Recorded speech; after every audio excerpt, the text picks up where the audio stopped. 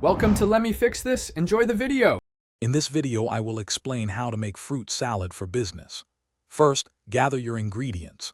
You'll need a variety of fresh, ripe fruits like apples, bananas, and mangoes. For the dressing, we'll use condensed milk and all-purpose cream.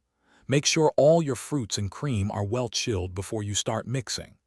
This step is crucial for achieving the best texture and flavor in your fruit salad, ensuring it's refreshing and appealing to customers. Now let's get to the preparation. Start by washing and peeling all your chosen fruits. Once clean, dice them into uniform 1-inch pieces. This consistency makes for a more appealing presentation and easier eating.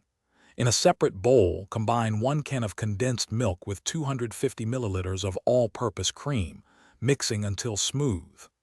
Then, gently fold your diced fruits into this creamy mixture, ensuring every piece is well coated. Be careful not to mash the fruits. After mixing, it's time for the most important step, chilling. Place your fruit salad in the refrigerator for a minimum of 4 hours. This allows the flavors to meld beautifully and ensures a refreshing, cold product. For selling, portion the salad into clear, sealed containers.